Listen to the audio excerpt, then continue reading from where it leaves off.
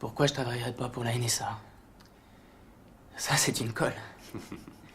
J'ai essayé d'y répondre. Disons que je travaille à la NSA et qu'on dépose un code sur mon bureau, un code réputé inviolable. Mettons que je tente ma chance et mettons que je le déchiffre. Là, je suis très content de moi parce que j'ai bien fait mon boulot. Mais c'était peut-être le code de l'emplacement d'une armée rebelle au Moyen-Orient ou en Afrique du Nord. Et une fois qu'on a repéré le lieu, on bombarde le village où les rebelles se cachent. Et 1500 personnes que j'ai jamais vues, qui ne m'ont jamais rien fait, sont tuées.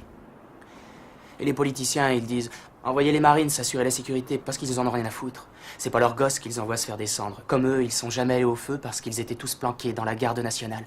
C'est un pauvre môme de Boston Sud qui se prend un shrapnel dans les fesses.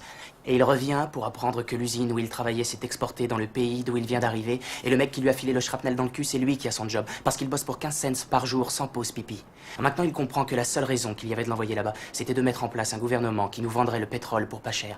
Et bien sûr, les compagnies pétrolières exploitent le conflit qu'il y a eu pour faire monter leur prix et se faire du même coup un beau petit bénéf. Mais ça aide pas mon pote qui travaille pour des clous.